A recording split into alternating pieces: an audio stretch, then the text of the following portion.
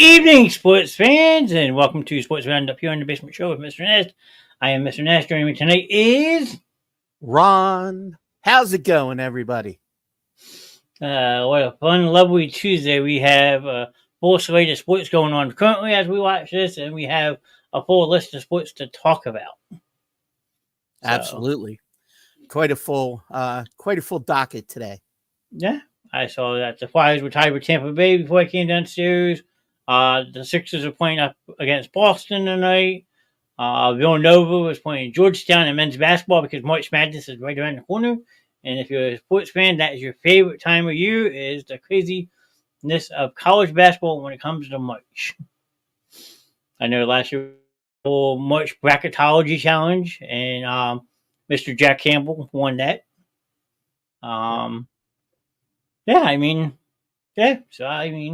See if anyone wants to join us. Sixers are down 9 in the third quarter. Okay. Well, they're playing with 5 minutes left in the third. Yeah, the Sixers desperately need Joel Embiid back in the worst way. Yeah, absolutely. There's no doubt.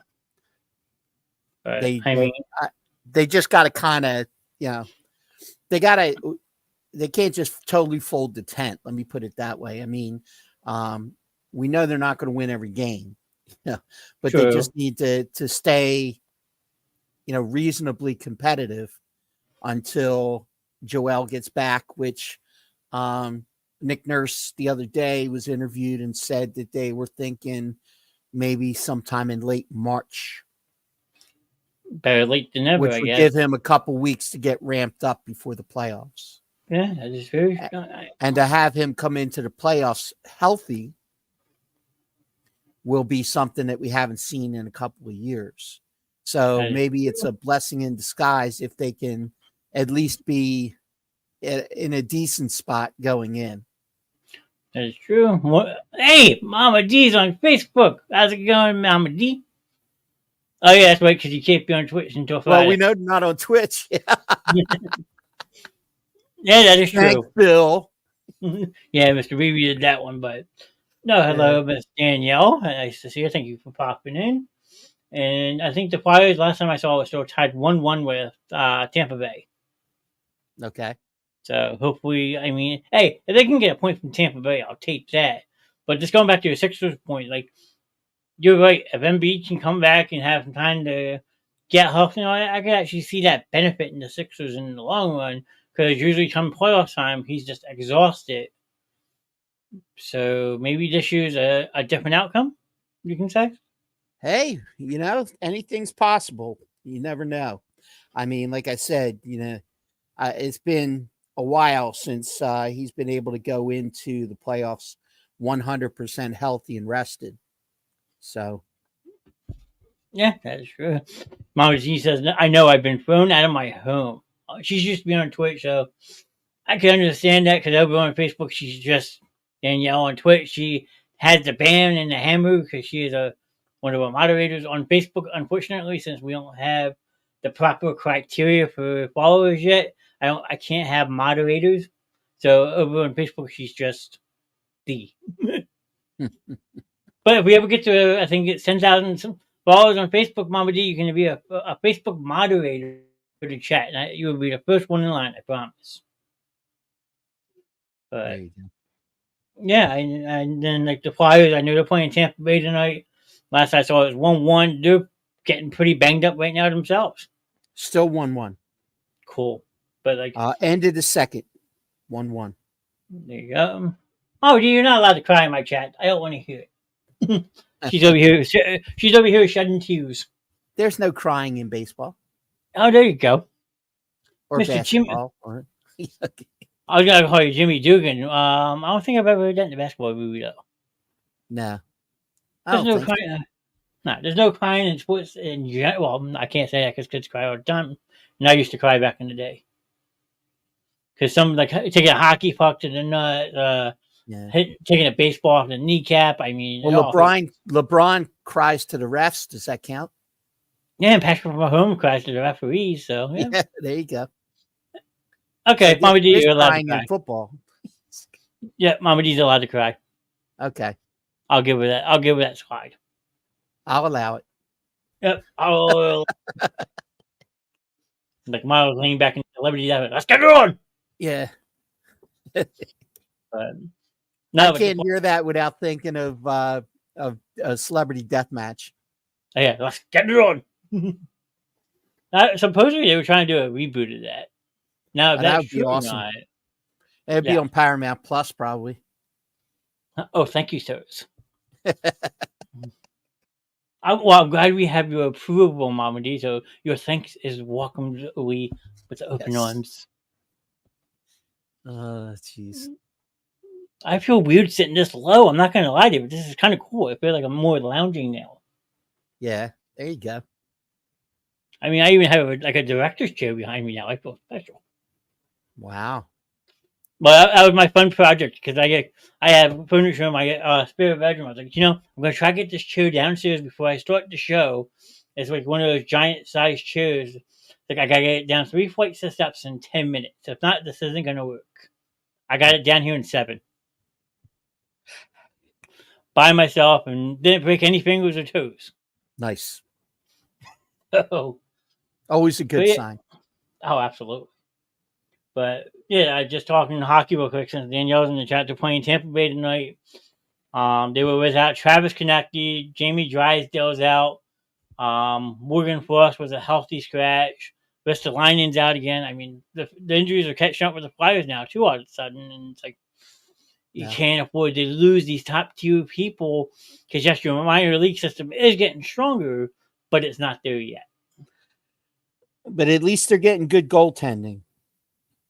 Oh yeah, Sam Ersson has taken that number one role and ran with it. I mean, even if Carter Hart was eligible to play, the way Ersson's played the last couple months, I wouldn't even pull him out of the net.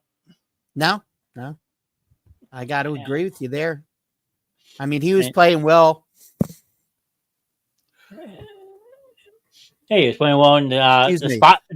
Sorry, yeah, he was playing well even before everything went down, and then he just even stepped it up even another level once Carter was out of the picture. Yeah. The only thing I didn't understand is this past Sunday they played a game in Pittsburgh, 7-6. Yeah. And they wound up losing. Cal Peterson was in that game. He's a young up and goalie that they had gotten from the LA Kings as part of that Ivan Provorov trade. But like the fact that like you're giving up 7 goals in a game. Yeah. How many times does a goalie give up 7 goals and stay in the net?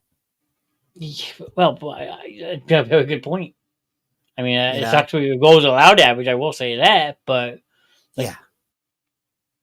like those type of games can be entertaining to some degree because like it's good back and forth action. I know they said the Flyers scored 2 goals to tie it, make it 4-4. One of which was a shorthanded goal. Now that's like 15 on the season, which is unheard of for shorthanded goals to have that many in a season, let alone with still 8 weeks left in the season to go. Yep. But like, it's just such a departure from the old Flyers teams of the big bruisers, and they're built for speed now, and they got young and they got legs, and they're just they're very aggressive on the defensive end. So the more of those opportunities happen all the time because they're just they're always on the move and they're so darn fast. Yeah. That is true. And then I don't know if you heard about it or not, but they had partial power outage at the Wells Fargo Center. Apparently, a transformer blew up in the area, so it caused the whole lower level to go dark and the scoreboard to go dark. Oh, wow. So, Mr. Alan Mull's in chat. Good evening, sir. Thank you for popping in tonight. Good to see you. We need the Broad Street Boys back. Yeah. I would. Go ahead. I'm sorry. No, I was just going to say, I would agree to that at some point. That type of hockey is gone, but the Flyers do have some players in their system who refer to that. Like a Ryan Poling, a Garnett Hathaway.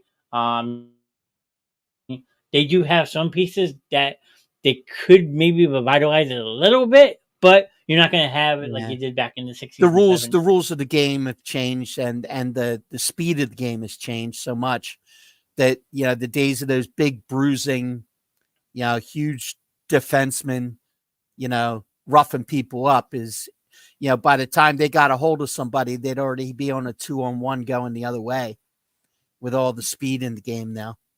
Yeah, that is true. I mean, And I loved the Broad Street Bullies, man. That was the time when I was really, really into hockey.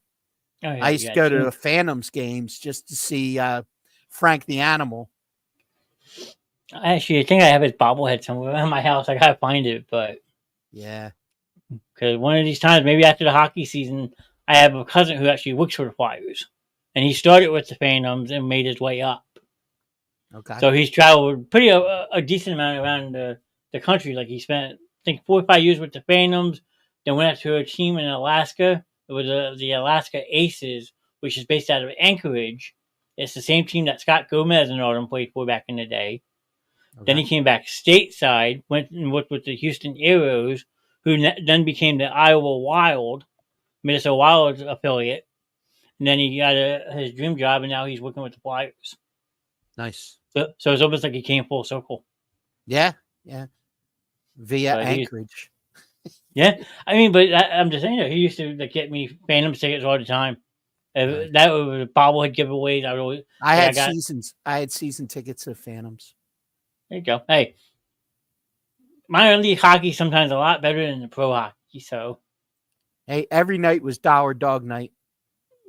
That is true. Or the best thing about being related to somebody, I could go in the locker room after the game, sit on the bench for the warm up, because the fans were a lot more laid back than the Flyers were. Oh yeah, absolutely at that time.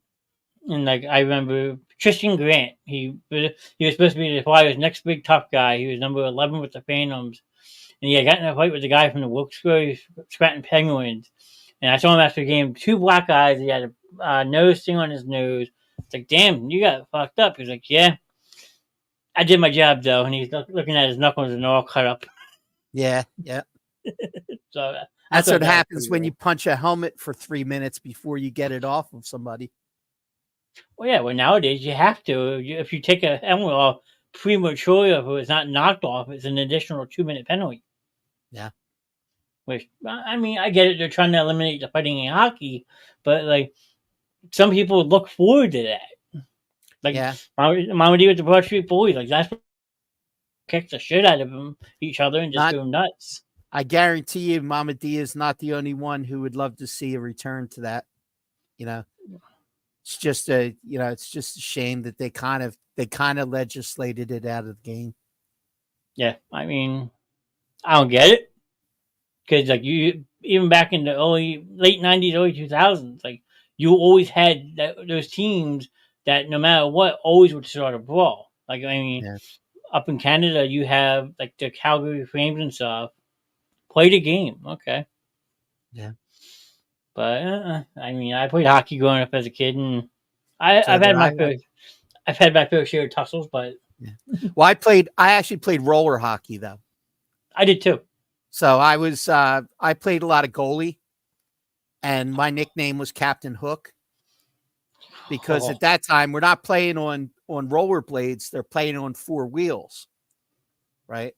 Mm-hmm. And I would very often, my defenseman did not do a very good job of clearing my crease. So I would get my stick and get it in between the 4 wheels of the skates of the guy that was trying to jam the net. And then I would just yank them out from under him. And I probably only got caught about 20% of the time. Other than that, it was, take them down, smack them once with the stick and, get them out of my way. Well, then I guess it's a good thing I didn't play back in your day. I mean, I'll put it to you this way: I'd be the asshole you hated. Yeah, I was the type of player that played in front of the net, screening the goalies, stuff like that. And if I had to take a puck for the team and so forth, thrown off my ice hockey team for being too aggressive, I was young and dumb. There you go, guys, even in the chat saying you got thrown off a hockey team. Well, Guy, you're not. you're not dumb anymore, but I could see you still being a little aggressive. Yeah, well, like I said, I was the guy that was You're built for it, man. You're built for it. Use the talked to. tools you got. I guess he's more stocky than I am because I got the broad shoulders, but like I would be that guy that pissed off the goalie. So we were in a championship game one time, and this goalie got so mad at me. I got a blocker across the head, a stick in the nut. So it wasn't fair. It wasn't fun. I got slashed and wasn't happy. Well, Well, that is a good reason not to be happy. I got to say. don't be in my crease. You won't get slashed. Now, would you ever take your waffle and like clock somebody with it, or did you know that? Oh yeah, I got my share of scuffles. We almost went to jail one night. We were playing against a team from South Philly at the old place down in Glassboro, right on the point of Delwood, and it was mainly used mainly for hockey. And we were playing a team from South Philly in league, and they ended up busing both teams to the police station. Dang. And they threatened to book us all, and then they let us go. But they just wanted to show that they were next time it happened, because there was a huge brawl. I mean, it just both benches, people in the crowd. It was a mess. Shannon's in the chat. She says she remember Shannon was one of my biggest fans growing up. I've known Shannon for a very long time.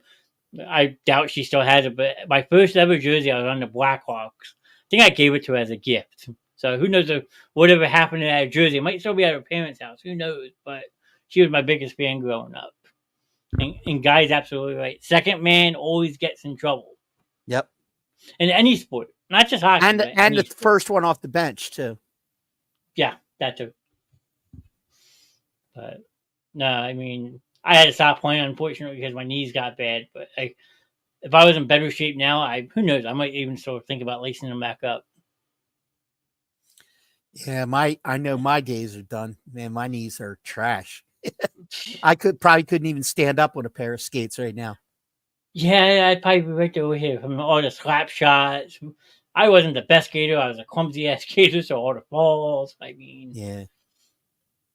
But the worst. Well, they always wanted me to play defense because I could skate backwards pretty well, But then, I was a better goalie than I was a defenseman, so I ended up switching to goalie because our goalie ended up quitting, and they asked me to try it, and once I tried it, I liked it. So that was beginning of my goalie career.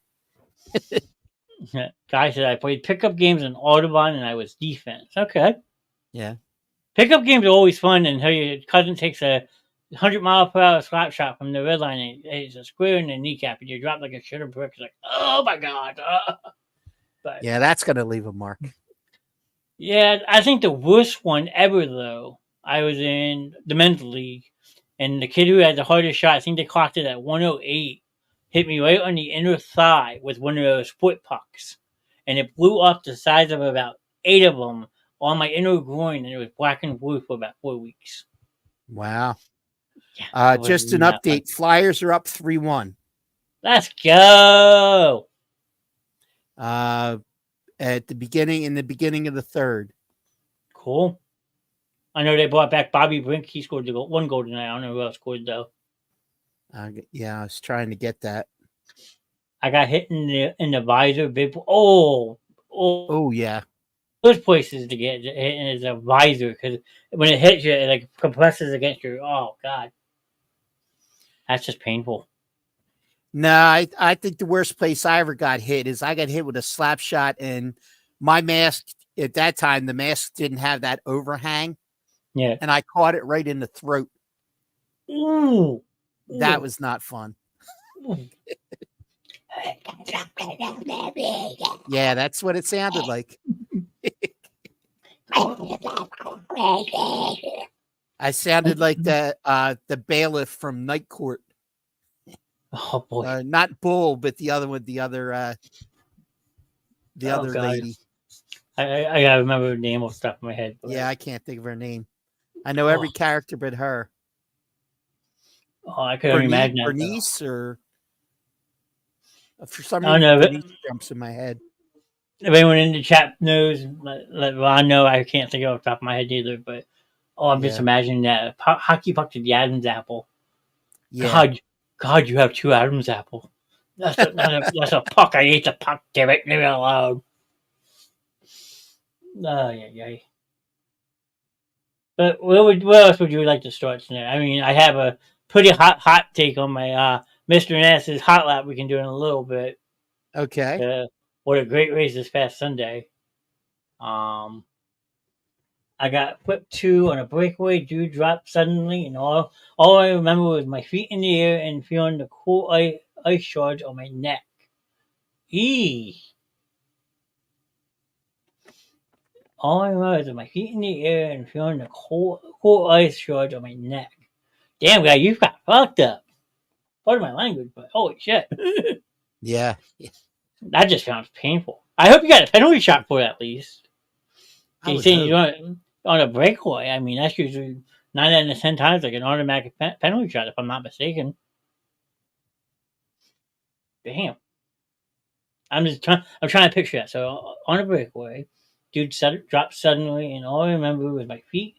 And oh wow! So if I'm imagining this right, he running, and then the guy stopped, and he probably did like a barrel roll over him. Yeah. Yeah. That's what I was thinking. Yep, goalie did it. Oh yeah. So he got the worst Them of that. goalies, you got to watch out for them. Yeah, when goalies attack. Yes. It kind of reminds me back of what was it, 2010, when the Flyers were playing the Montreal Canadiens in the Eastern Conference Finals, and it was the Flyers were short-handed, so Michael Richards is trying to go down and get the puck, and here comes Halak, takes out his own defenseman, and Richards gets by and like has a wide open net. So yeah, gotta miss the days when I watch Hextall skate all the way down to the other end of the ice and grab the opposing goalie and proceed to beat the living crap out of him. Prime example, Felix Potvin. Yeah, exactly. That's a great highlight. I always like to watch that. Oh yeah, that when he went after Chris Cherios. Yeah. My better accolades were on the football and baseball field. Well, I'll give you the football field, but I hated baseball. Baseball, I was never that good. Football, I had some good highlights on. How about you, Ron? Did you ever play football or baseball growing up? I was not good at football. I did play both ways though. I played D line and O line, and I was probably in one of the guys that was in the better shape because, and I wasn't really, but I just had a lot of endurance because I would every other play I would shuffle in, and I'd bring the play into the quarterback. Nice. So I actually had to run back and forth for the sidelines every other play of offense. Fun. Yeah. So yeah. The guy was a tailback and outside linebacker. He played two ways also. I mean. Yep. Now baseball was another story. I mean, I had a pretty decent. I didn't play high school baseball, but I did play pretty well in Babe Ruth and for many years, a lot of successes in softball, men's softball. Something I always wanted to get into, but I never found the right league, I guess you can say. I coached. I was player coach for a long time, and I also I did coach a girls team for a couple years. Helped out as an assistant coach, and then I also played till I was about in my mid 40s. Actually, I was still playing on a bar team in my mid 40s because I had went out because they were just shorthanded one day. And the bar where I worked at, they were like, can you come out tomorrow? And I came out, and I went like 5 for 5, and I had like 3 huge stretch and picks at first base, and they're like, can you play every week? I'm like, yeah, I can do that. So yeah, that was the last team I played for. So my last couple of years, I played with a bunch of young guys. I was the oldest guy on the team, but I also hit about 675. There you go. I just signed but up it was slow pitch, so Well, that's what Guy's saying. He just signed it back in shape. I was a stud pitcher and played shortstop growing up. Yeah. Yeah. Damn. Guy's a jack of all trades. I like this guy.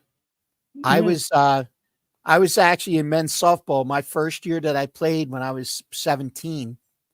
I played for my firehouse. I was a volunteer fireman at the time. Mm-hmm. And we actually were the last place team, and I was runner up for league MVP. Dang. On a last place team, voted on by the players of all the teams. You can't beat that. I had like 12 or 13 assists in center field. So most of them at home. Yeah, they always had me in the corner outfield, left or right field, because I had a very strong arm. So yeah, and a bowler because I didn't want to play any other crazy sports. Guy, I mean, me and Ron can both just for that. We're both bowlers as well. I haven't bowled myself in probably 16 months. Ron bowls every week still. I mean, bowling's a good laid back sport, though. I mean, there's nothing wrong with going to the bowling alley and knocking out some pins. Actually, it's good therapy when you're in a pissed off mood. You can just go and bash pins and you're not hurting anybody. And, well, that's not true. You're hurting the pins. But no, but bowling's a fun sport. I did that all 4 years in high school. Then I did 2 years of football, sophomore and junior year. Never got any varsity time. Was the junior varsity quarterback, though. I do have one career touchdown pass in my record. I will say that. Really? Nice. 37 yards. It was against Riverside. And what school did you go to? Maple Shade. Okay. So, between baseball and football, I wanted to chill out. Yeah, well, that's a good reason to do something easy. I mean, if you want to keep 3 sports but don't want to do physical activity, bowling's a great way to do it. Keeps you busy. Yep. It's a good way to socialize when you're in school. I mean, oh yeah. Hell, we had the same varsity team for bowling all 4 years, so we became like a really knit group of people. We actually got yelled at a couple times, but yeah, but that stuff happens, you know. You know how it is. Yeah, well, guys, right? Got a letter in all of them. There you go. Yeah. But no, what I mean by we got in trouble, because when I went to high school, Maple Shade, we were very big rivals with New Egypt when it comes to bowling. Okay. New Egypt Warriors. They always talked so much shit. They wanted to come in, beat our ass. Well, this one time they came to Maple Bowl, but now pin setters. Okay? And we're talking all this smack. We beat them 4 games to 0 that match. So the whole men's varsity team all got brooms and chased them out of the bowling alley. Oh boy. Yeah, we played in bowling against Gloucester High. They were in our division. High. Gloucester High, Gloucester Catholic, Collingswood, Camden, and then the tech schools, the GCITs. Yeah, the Vokies. Well, and mine, you had the BCIT. I'm the best bowler alive. We got another testy stepping in. What's up, Jason? Yeah. Jason's carrying about a 205 right now in the team with me on Wednesdays. There you go. I'm the best bowling alive. See? And then he fixed himself. Yeah, you might want to name. I'm just kidding. Not the best speller though. Oh no, Jason. It's only a clear indication that bowling talent skips a generation. Yeah, I mean, hell, I'm more like Kingpin and the Rubber Hand. Oh, that type of guy.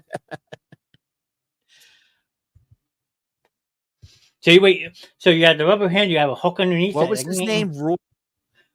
Yeah, Roy. Roy, right? Yep. What was his last name though? Ernie McCracken. Yeah. Oh, I forget his last name, but never claimed to be a speller, only a bowler and a drinker. Roy Munson, there you go. Yeah, Roy Munson, yep. And then Ishmael. 4-1 Flyers. Let's go. But Sixers still down 11.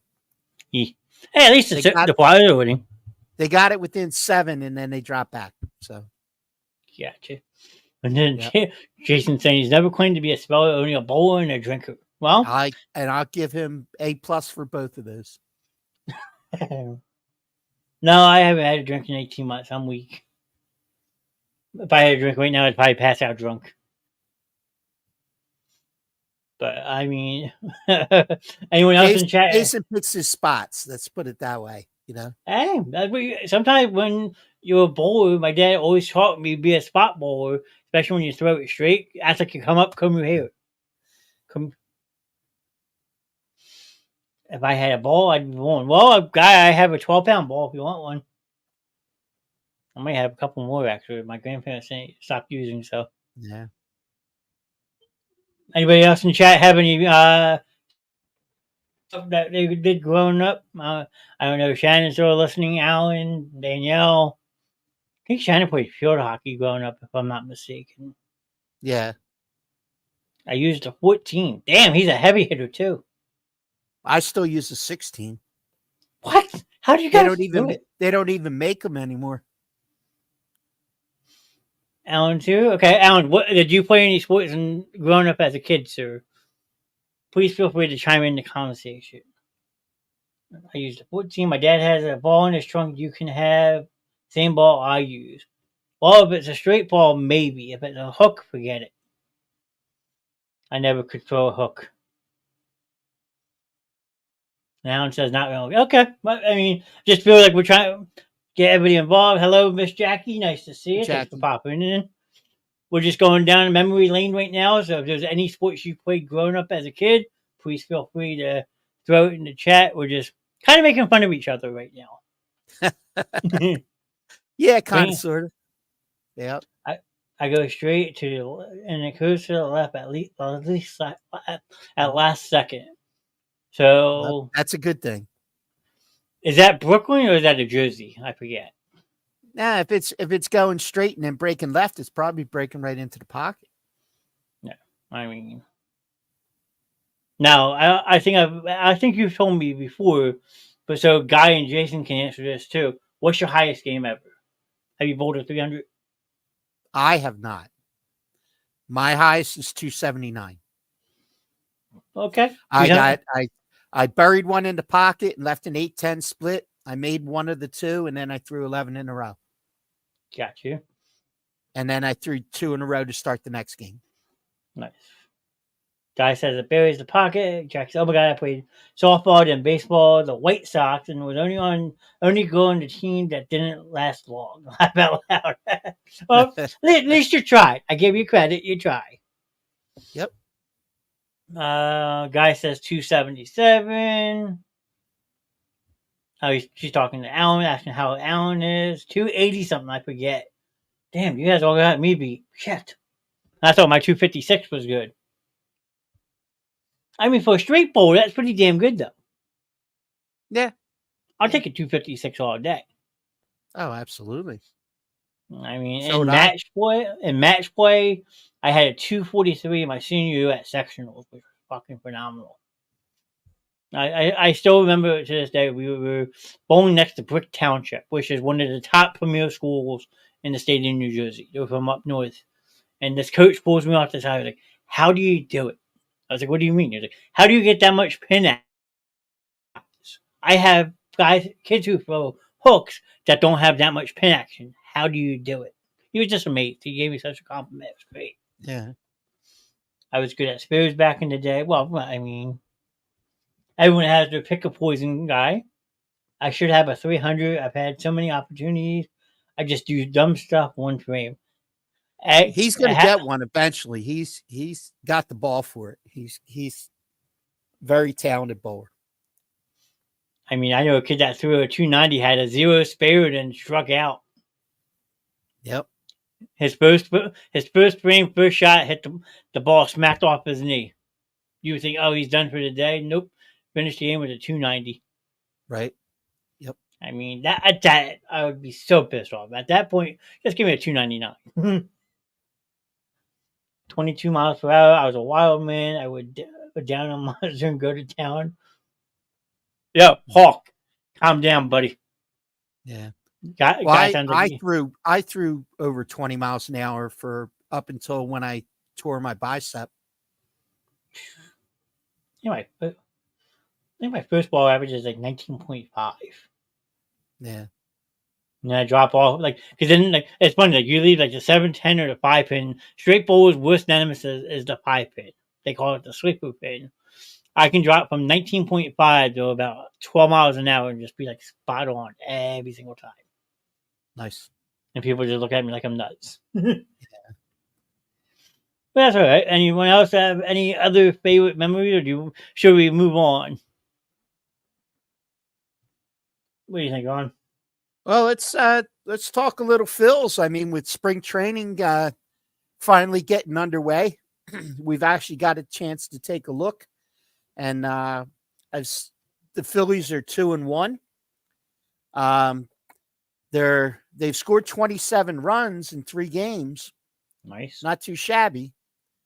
And even though the starters aren't playing every game, there are some very encouraging signs coming out because both Mick Abel and Aaron Nola had great outings this week to start off. So the movement that when Nola pitched 2 innings or 3, I think it was maybe 3.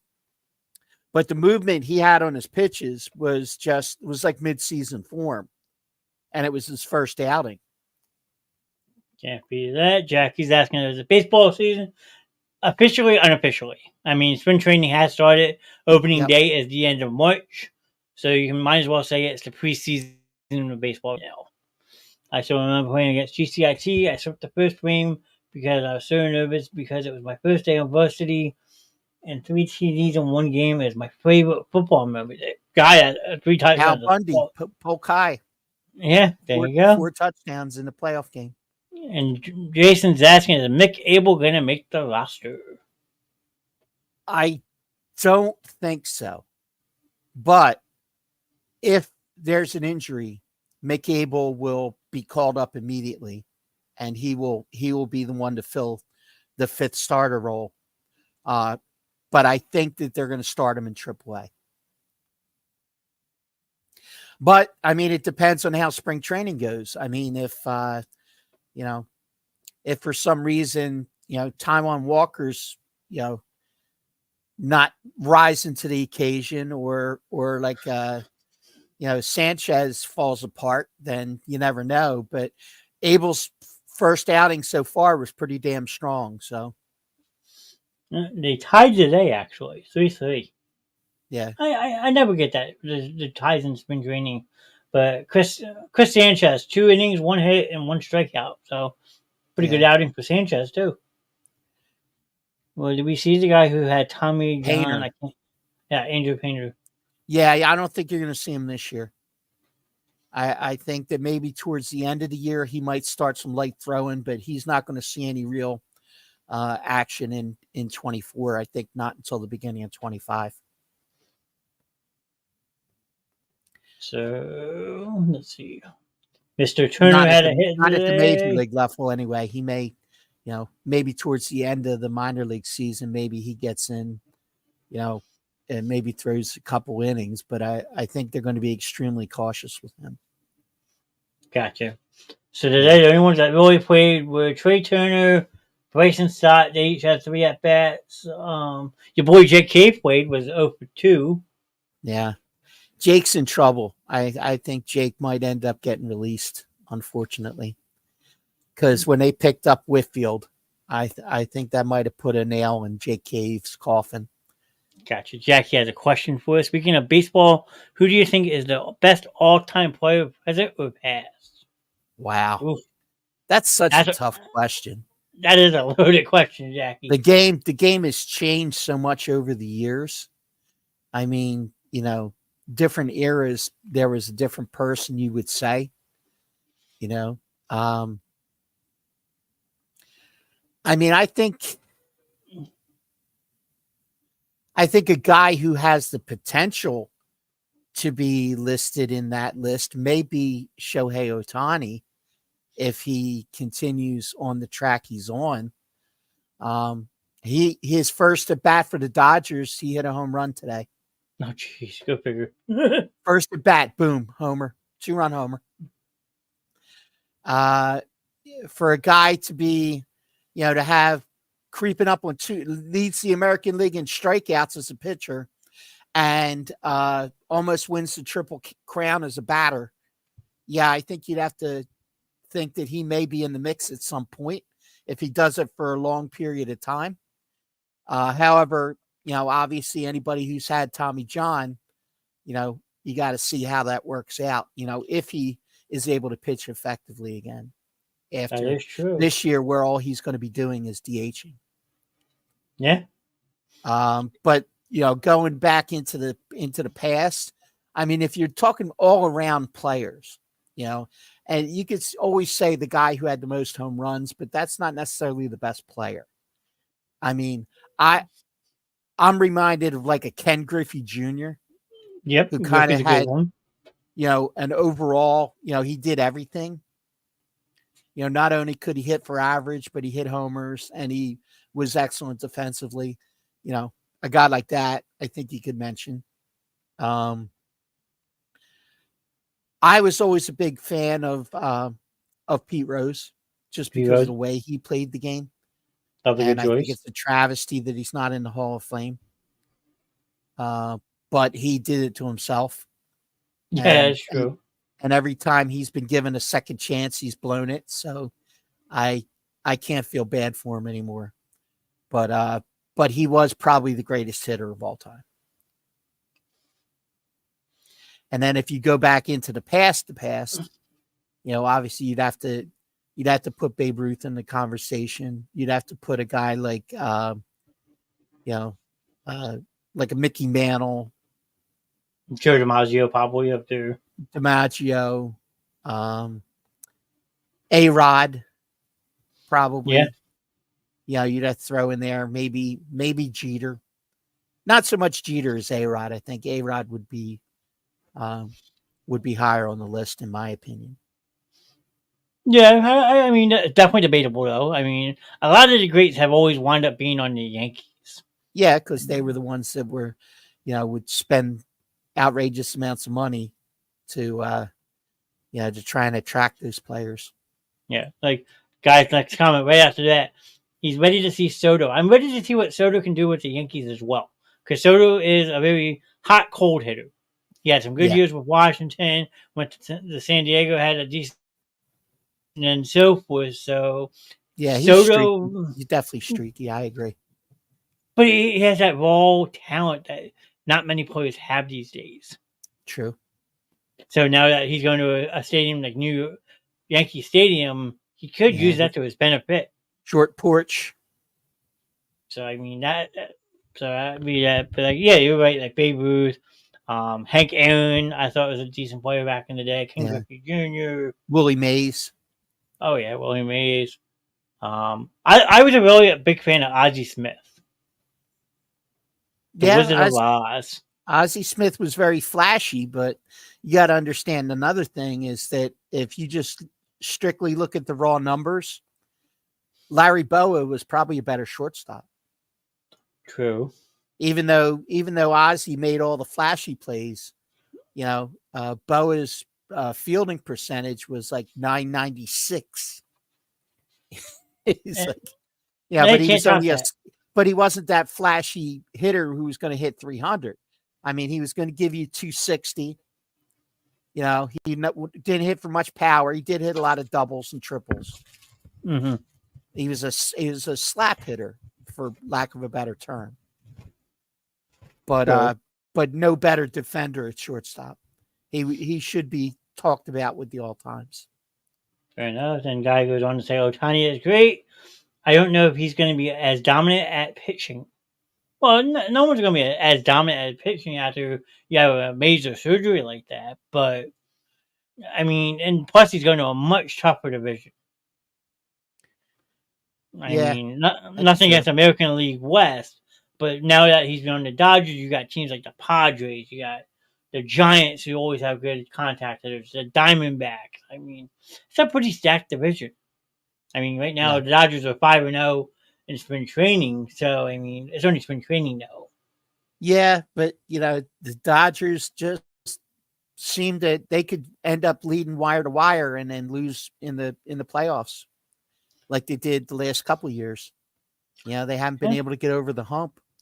But now you go out and you sign, Otani and Yakamoto, who we find out this week or last week that the Phillies actually offered him a better contract than the Dodgers did, but he wanted to play for the Dodgers because in Japan, the Dodgers are the team that everybody, that all Japanese players, is their favorite team. Yeah, that is true. I did that, and they even put Bryce Harper on FaceTime. I try to meet with him. Yeah. Who knows? Jackie's agreeing he was good. My favorite all-time players. Oh, he's going by position. Here we go. Okay. Yogi Berra for catcher. Mark McGwire. Robertson Cano. Ozzie Smith. Albert Pujols at third. He did play third base. I wrote him that.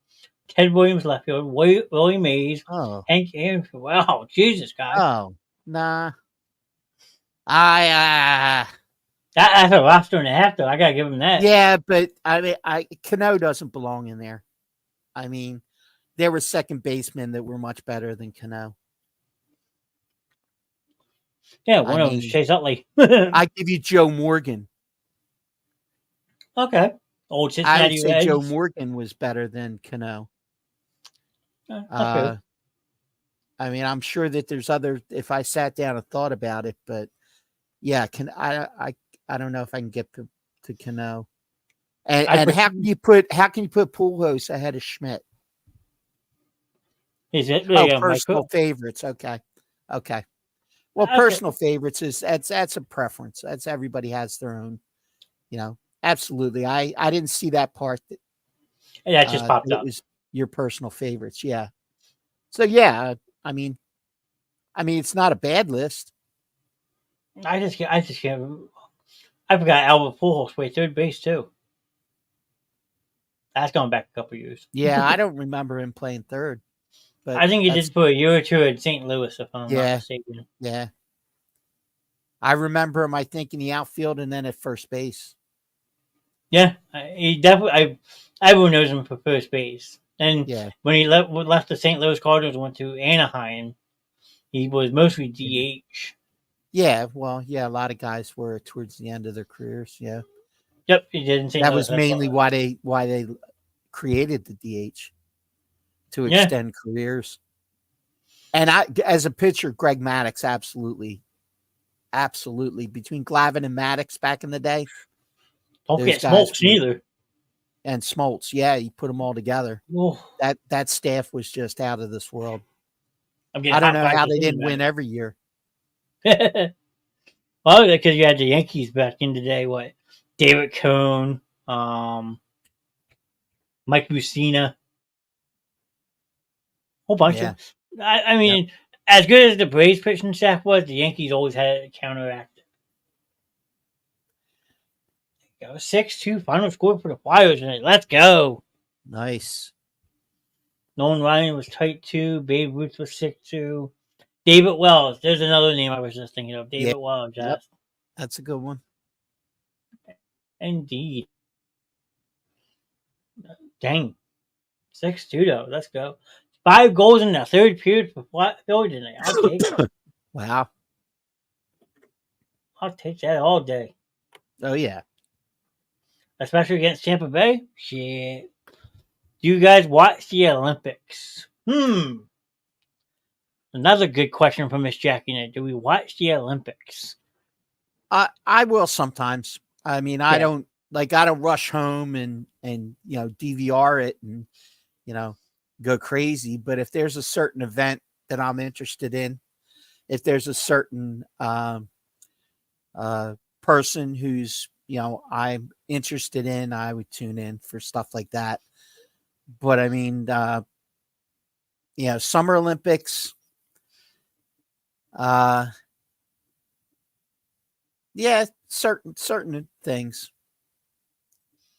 Winter Olympics. Winter Olympics. I used to always tune into certain things too because, and some of the unusual stuff that I used to tune into was one of the craziest Olympic events there is, which is the what's it called? The one where they do cross country skiing and then they shoot rifles. Nordic? No, it's called something else, but I'll have to look it up. Evening Matt, thanks for popping in. He's saying, sup, fuckers. I used to not watch anymore. Pride in America is down, not gonna lie. I used to watch the Summer Olympics with my grandma all the time. There you go. Winter Olympics. I'm gonna look it up for you real quick. Hold on. Olympic sport. Cross country skiing. Biathlon? I think that's what it is. Yeah, I think it's biathlon. Yep, biathlon, you're right. Yeah, that was always, I was always very intrigued by that because I was just like, yeah, I'm going cross country skiing and I'm bringing my rifle. She loved figure skating too. Scotty Hamilton was a man because he could do the backward. Hey, good reason to like somebody. Something different. Scotty Hamilton, yeah. Was he the man? Questionable. Definitely questionable. But he could do the backflip. Yeah, I mean, when it came to winter sports, I would say I was really intrigued by bobsledding. Even before I saw Cool Runnings. Okay. The luge. The skeleton luge. Yeah, where it's one guy.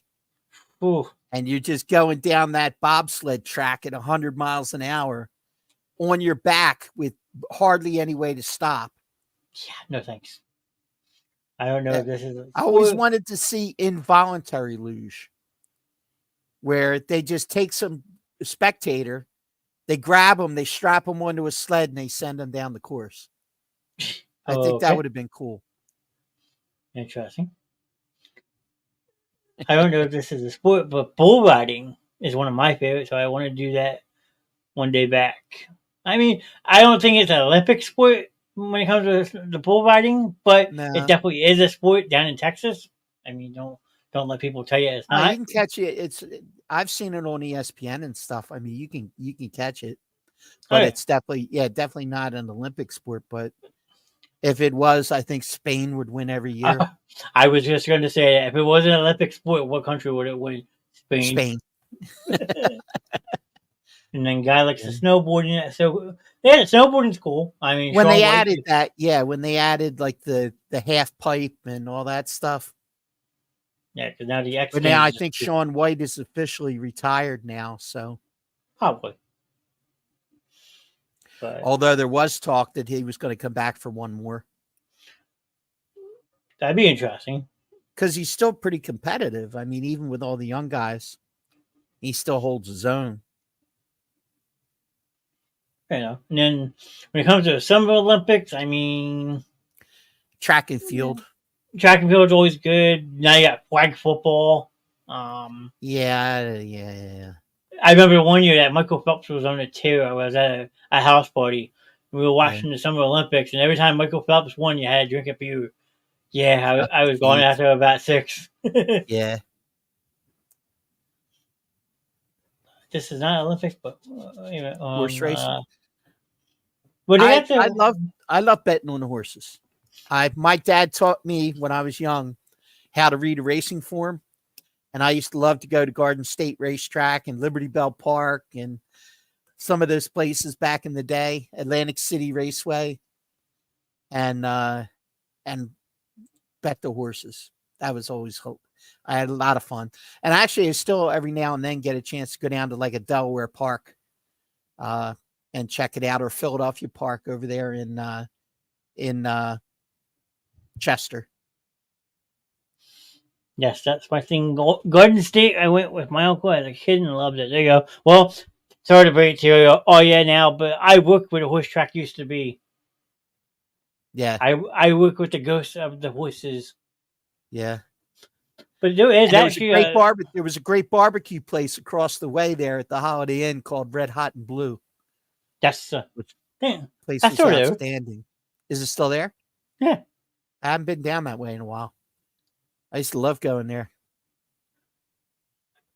please pronounce this the right way. But there is actually still some type of horse material in the Olympic ex, Uh, ex, Equestrian.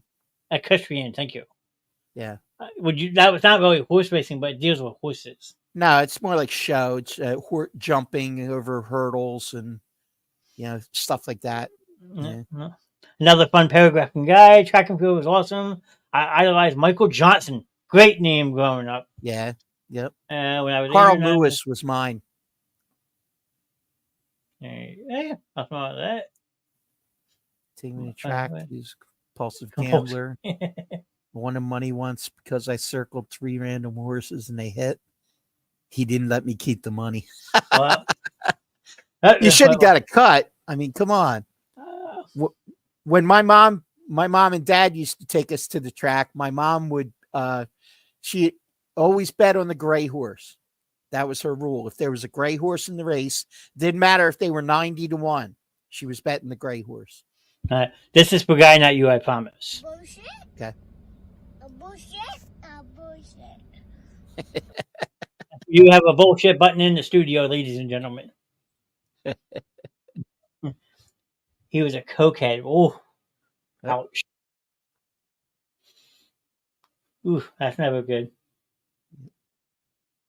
Guy saying he was a cokehead. I mean, my condolences. I don't know how to really apply that, but yeah, I mean, yeah, it's the pattern. I mean, that's all I can really say about that. But that's unfortunate. Guy, hopefully he got better in life. So, yep. Good night, Jackie. Thank you for stopping in with your awesome question. Yeah, thanks for stopping in, Jackie. Putting us on our toes. Bull riding, horse racing. I mean, some good questions from her tonight. Yeah, absolutely. Gotta go to a PBR now and ride the mechanical bull. Yeah, there you go.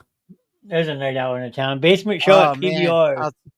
I had some very bad nights because you got to remember when I first started, my time to start going into bars and stuff was in the middle of the whole urban cowboy thing. Oh, geez. So it was at the end of disco and like the beginning of like the urban cowboy phase where these bulls were popping up everywhere. And I took some pretty bad hits because I was actually decent at it. And the guys that operated the bulls took it personal. If somebody kept on staying on, they took that very personal. I've never tried they're throwing me head first. And, the handle in the middle was not my friend. Oh. We'll just leave it at that. That's why they have when all of a sudden you're going side to side and then they decide to throw you off the front, Yeah, no thanks. My groin hurts just thinking about it. Yeah. But, a couple more shots of Jack Daniels and it didn't really matter. Yeah, I guess. I mean, you don't feel it after a while, but still. Yeah. But yeah, I there were a couple places in this area that had bulls. I think the closest one now is by over Xfinity Live.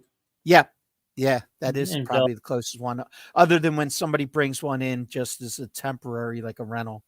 Yeah, well, the inflatable one, but not like the actual, or like a special event or something. Yeah, that's true. Yep. So Sixers lost tonight, 117-99. Yep. Led in scoring by Tyrese Maxey, who dropped 32 tonight. Okay. Did Lowry play? Yes, he had 3 points. 3 points. In 23 minutes. He shot the ball only 3 times, so you gotta give him something to slack. I'm not fun anymore. I'm no drinking for this old man, laugh out loud. And Gary's in the building. Evening, hey, Gary. How you doing? That's okay, Guy. I'll pick up your slack for you. Totally. Fair enough. I mean, Although I'm not doing Bulls anymore, I got microphones. Oh boy. Well, looking at this box score, your biggest problem tonight was Kelly Oubre and Buddy Hield. Combined 3 for 14 shooting. Hield looks like he's going to be a bust. He's reverted back to his weekdays. I wouldn't say that. I mean, he's doing all right. I mean, Paul Reed 0 for 3 in 14 minutes. Were they not playing all night? Yeah. Huh. Doctor's orders. All right. Well, that's different. Yeah, that's a little different if it's doctor's orders, you know.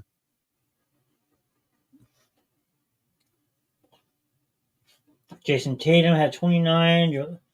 Brown had 31. Porzingis 23. Boston's just too good. They're 27-3 at home now this year. Wow. Just wow. That's all I can say. Yeah. But like I said, we don't want to talk too loud because my friend Breezy might pop in and root and holler at us about talking about the Celtics. I mean, the only good thing is the Knicks lost tonight too. But let's see. Where's the Sixers standings at right now? Sixers are still in 5th. They're a half game up on Miami for 6th.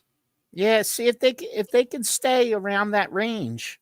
I mean, if he makes it back at the end of March, like Nick Nurse said, I mean, I could see them making some noise. Oh, absolutely. Especially if Embiid comes back strong and well rested. Yeah, like you hope. I mean, yeah. They got a tough stretch, though. We'll see what happens. Oh, yeah. Yeah, I mean, it's not going to be easy. They got to fight to stay afloat until he gets back. I thought Lowry might be able to help him a little bit, but I don't know. Let's see it. Yeah, shut up. Yeah, prove it. I mean, you said you want to come back and play for Philly, so now you got to show up. Yep.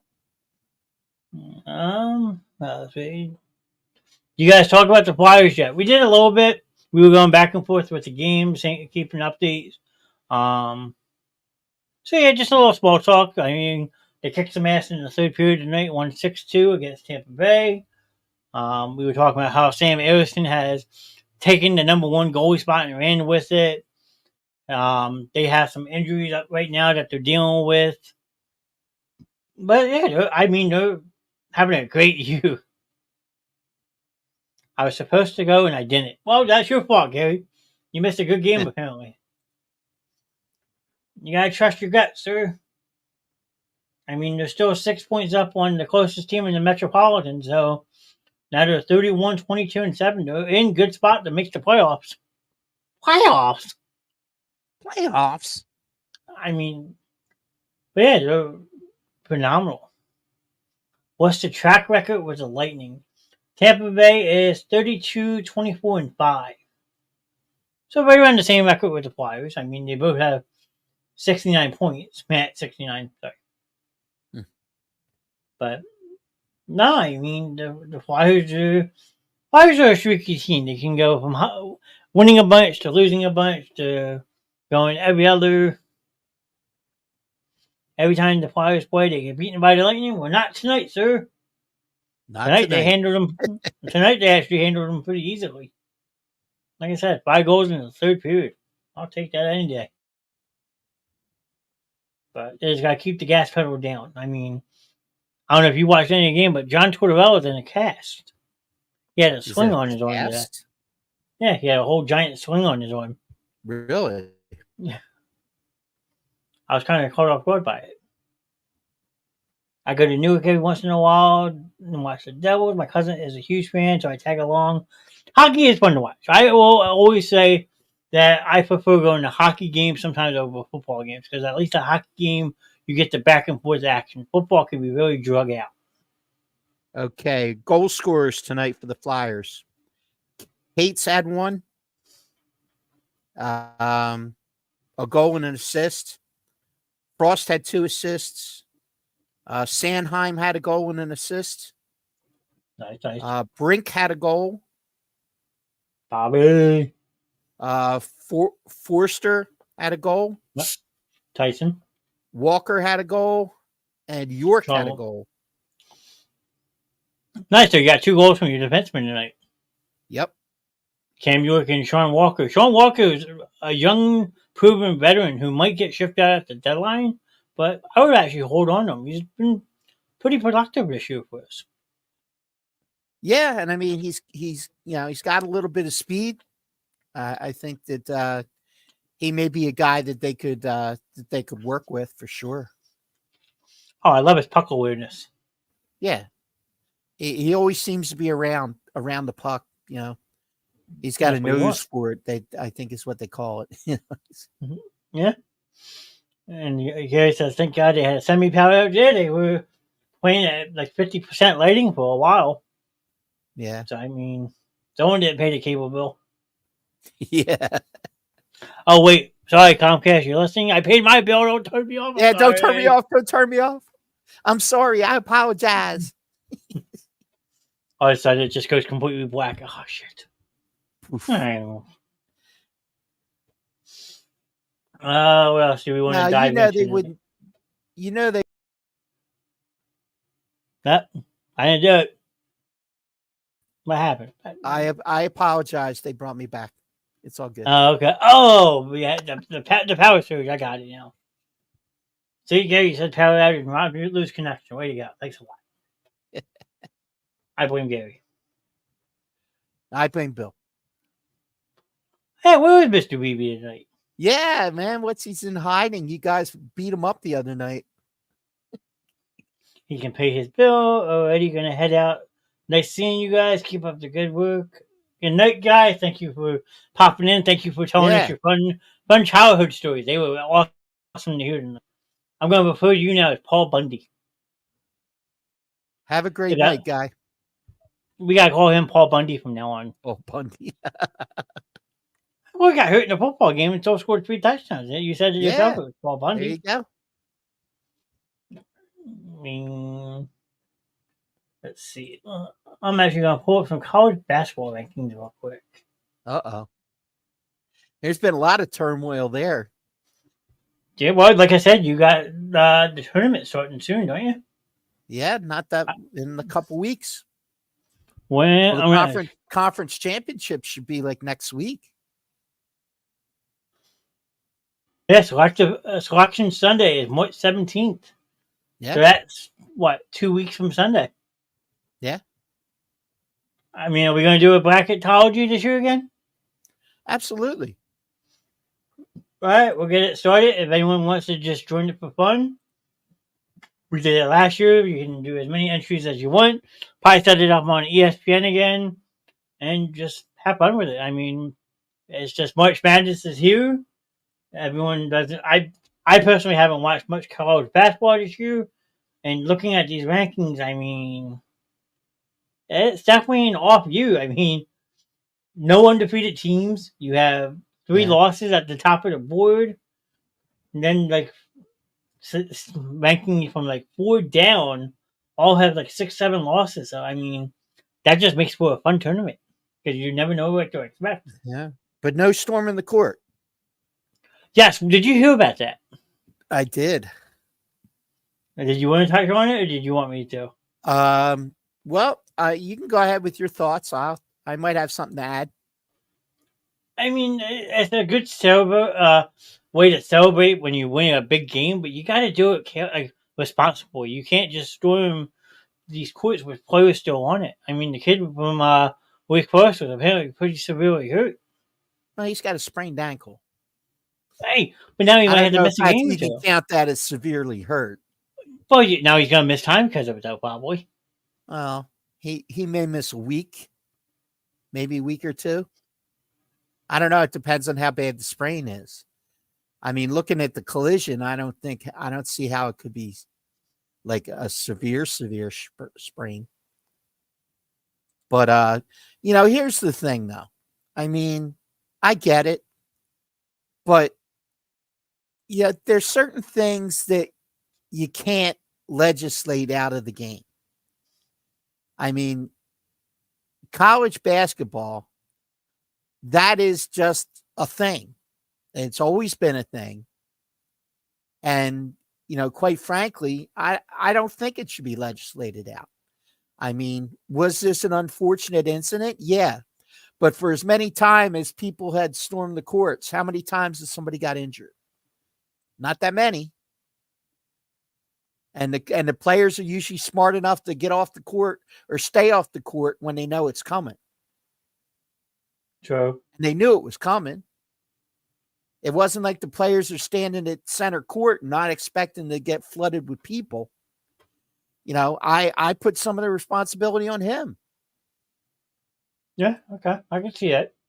Common sense. Let's go, man. You see these kids, that crowd, and that they've been pumped up all night, and especially down the stretch.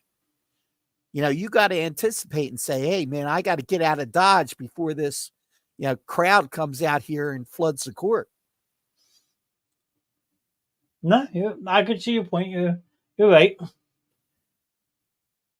But I mean, that doesn't excuse the fact that somebody ran into him. But I don't see. I know there were some people out there saying, "Oh, well, it was intentional." Well, how could it be intentional? Why would it be intentional? I watched the tape.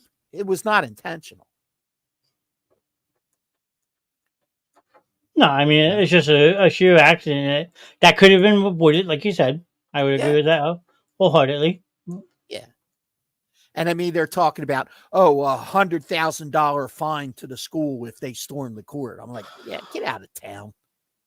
That's a bit much. No way. Yeah, that just sounds. You're going to take out of a program that could, that could be a scholarship for a kid, and you're going to fine them the NCAA is going to fine them $100,000 for running onto the court because their team beat a ranked team.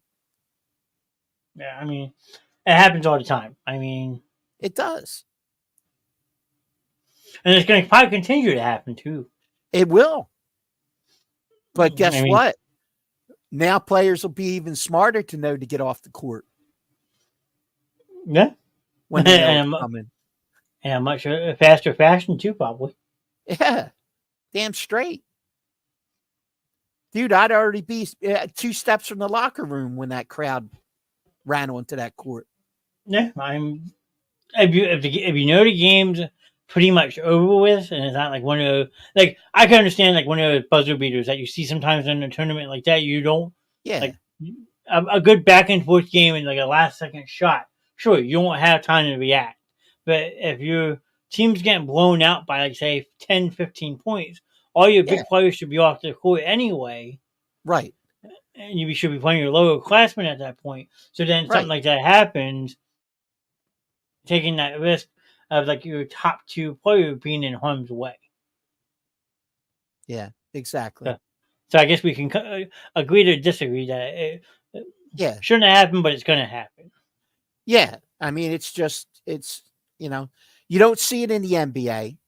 You don't see it in any of these, in any other sport pretty much. I mean, for all practical purposes. No pro teams do you see people storming the field. No.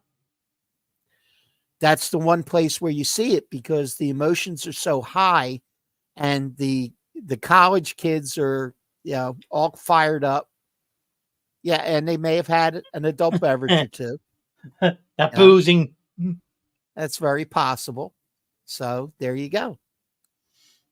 Yeah, I actually just got an ESPN update that the 7th ranked Kansas lost tonight. The BYU. Wow. So I'll drop Kansas to 21-7 now. They would rank number 7. That'll probably drop a little bit. Yeah, probably. We're just looking at this list. Like Houston's 24-3, they're number 1. Purdue's 25-3. UConn's 25-3. Tennessee's 21-6. Marquette 21-6. Arizona 21-6. Iowa State's 21-6. North Carolina 21-6. Duke. Dang. Like, this tournament's going to be nuts. Log jam. I would say. I mean, anybody's tournament this year. Wide open. Hey, that makes it more fun. So, like we said, if you guys want to jump into a bracketology contest, I will set it up. We'll have it go live probably. I would say that the week. No, well, we would probably have to wait till Well, March 19th. 19th after the selections. Yes. So, Because the games will probably start on the 20th. yeah, it's the first couple of playing games. Yeah. Right. So if anyone's So interested, as long as it goes, the site we use goes live on the 17th, right after the show, right after the selection show in the evening. So you'll have up until tip off of the first game to make your picks. true. Yeah. So if you go back and rewatch this show and you want to get into it, message us. Let us know. I mean, the more people, the better. It's a free thing that we do. We just like to have fun. I think last year we had at least 14 or 15 brackets filled 14 out. or 15, yeah. Yep. So yeah, I mean, the more the merrier. If you're interested, please feel free to let us know. No cost to get in. It's just a guessing game. I know some people don't know college that well. They just base it off their favorite colors or whatnot. So Do the Diane Chambers method. A dolphin could never beat a bear. yeah, that is true. So I mean, so anything else that you want to talk about, or you want me to run my segment real quick? Go ahead and run yours, and then we'll go from there. All right. So Time to talk racing. Yep, I started this segment last week for those who are still listening. I mean, now everyone's not a NASCAR fan. Mine's a prime example. No offense to you, Mr. Tessie, but you're sitting right there. But I grew up on NASCAR. NASCAR season now is into full effect. And I figured for the next couple of weeks, we'll try this segment. It's called Mr. Knast's Hot Lap, which is just basically a brief breakdown of the race from this past Sunday. So let me run this intro. We'll say bye to Ron for a couple minutes, and he'll be back.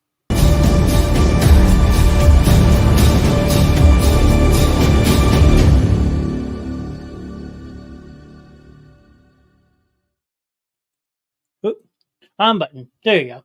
So yes, this past Sunday, NASCAR racing went to the newly configured Atlanta Motor Speedway, and the picture you see on the screen is as close as a finish as you could ever imagine in NASCAR. This was the third closest finish in NASCAR history. I mean, it was absolutely mayhem, as you can see. I mean, based off this picture, those in chat, if you had to take a guess, who would you say was the winner of this race? It would actually kind of surprise you. Because, like I said, this finish was classified at 3/1000th of a second. Which, like I said, it's the third closest finish in NASCAR history. So, in case you missed it, the winner of this race was the car closest to the flag stand, number 99, Mr. Daniel Suarez, with an awesome last lap pass. You would think, watching the highlights, that Kyle Busch had the advantage and all that. But yeah, Scary, you're right. The blue car did win. I mean, it was absolutely insane, this finish. So I was going to pull up a video. I don't want to get hit on YouTube, but it was mind-blowing. The closeness and the finish to this. So, yes, definitely a wow moment for sure. I mean, they redid the Atlanta about 2-3 years ago, and the racing has gotten that much better to the fact that you have finishes like this. Atlanta has become basically a miniature Daytona and Talladega, nonstop racing, hard racing. I mean, they set a record on Sunday for the most ever lead changes at an Atlanta race with 43, counting this last lap one. It's just mind-blowing. I mean, the whole weekend was crazy. You had the Xfinity Series on Saturday night, which came down to a fuel strategy. Austin Hill won that event. So that's his second straight win on the season. He won Daytona. And then Friday night, you had the Craftsman Truck Series race there, which was won by Mr. Sir Kyle Busch. And I think that's his 65th career Truck Series race win, which now gives him over like 215 all-time wins, which the King Richard Petty had 200 wins in his whole entire career.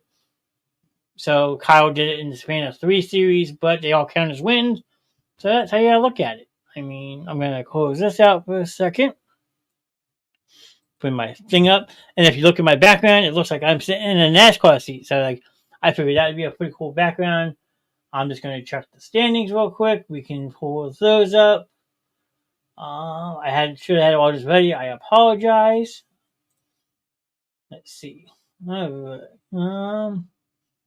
So right now you have overall you have Kyle Busch leading the point series in 77, but technically he would be third in the standings because William Byron and Daniel Suarez both have wins.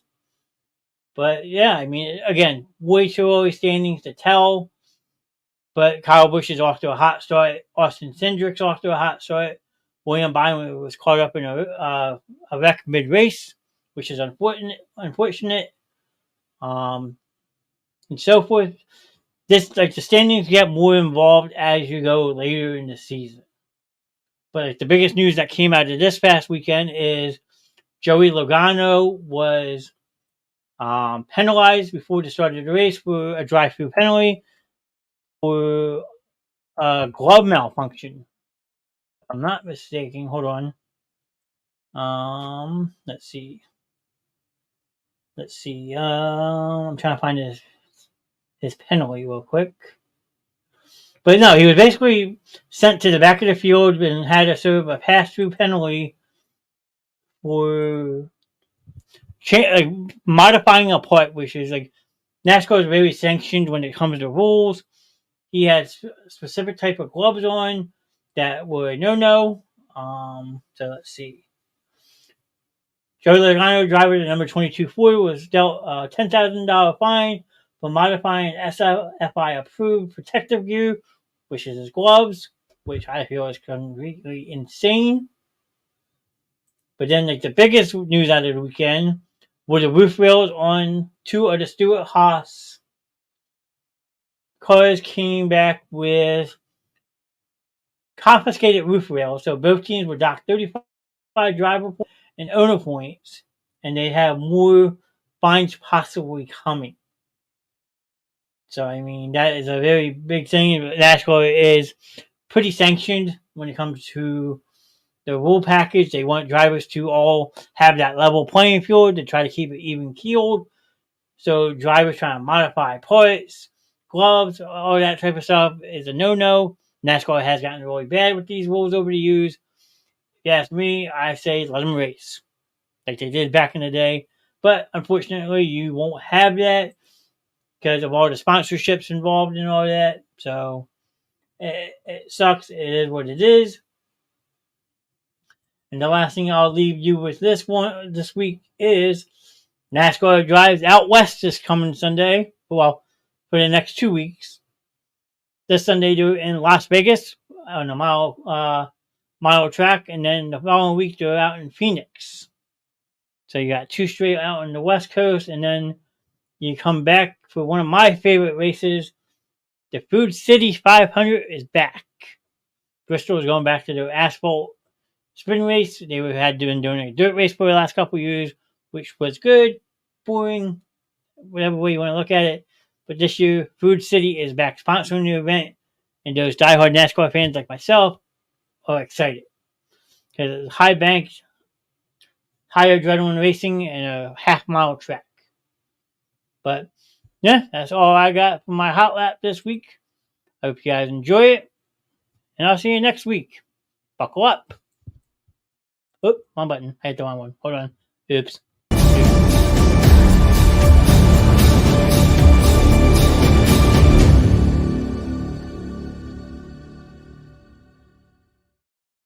Short, sweet, and simple.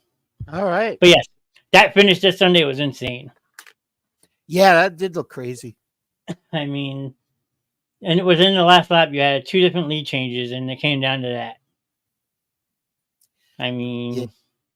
It's been a while since I saw one that close.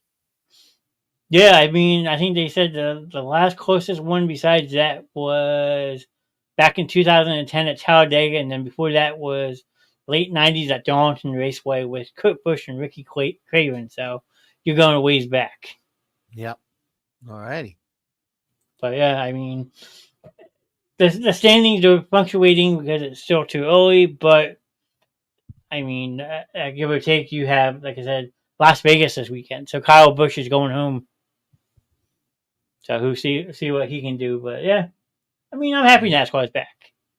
If you can't have football, I look at NASCAR as my next best thing. There you go. All So, righty. what else is on your docket? We have the Elimination Chamber. Elimination Chamber, yeah. I have to talk a little bit about that at least because it kind of last few bricks in the road to WrestleMania. I mean, things are starting to take shape. You're starting to see some of the potential matches that could be coming out of that. I think we pretty much called a lot of the winners last week when we did our predictions. Yeah, I think we were pretty spot on with McIntyre taking the men's match. Although, you did see probably a setup for Logan Paul and Orton in going into WrestleMania. You probably saw the groundwork for some other potential rivalries going into. I know that one of the other announcements was there's a real good chance you're going to see AJ Styles and LA Knight at WrestleMania. One wrestler in the women's match who really kind of caught the attention of the crowd was Tiffany Stratton, who actually Becky actually got booed when she eliminated her. Yeah, the fans weren't happy about that. I did see that. They weren't happy about that. So that was unusual to see for somebody who was, essentially, just a bit player in the match. Surprising to see Liv Morgan be the final elimination. Obviously, they're looking to re-push her now that she's back. Yeah. So interesting there. Rhea putting it to Nia Jax, not really a surprise. No. I don't think they were going to have Rhea lose in her hometown. I would be an insult to injury if they did, if you ask me. But yeah, that would be Bret Hart level. Oh. What would you call that? The Perth Australia screw job? The Perth screw job. Yeah. So, but yeah, I mean, overall, I think the tag matches. I thought the tag match with Judgment Day was a pretty good match. But everybody knew going in that Pete Dunne was not going to win. No, again, they weren't going to be Judgment Day in Perth on Rhea's night. It had to be Judgment Day Central. Yeah, but still, you don't have to have Dominic Mysterio stick his fucking nose in that match. Yeah, but I mean, Dom is, if you really look at the heels right now, I mean, Dom is right up there. He is, and who would have thunk it? When he first started out, I think that it was it was genius level storyline to tie him in with Judgment Day and to have him and Rhea kind of establish the character so much that he got so much heat on a nightly basis that he turned into one of the biggest heels.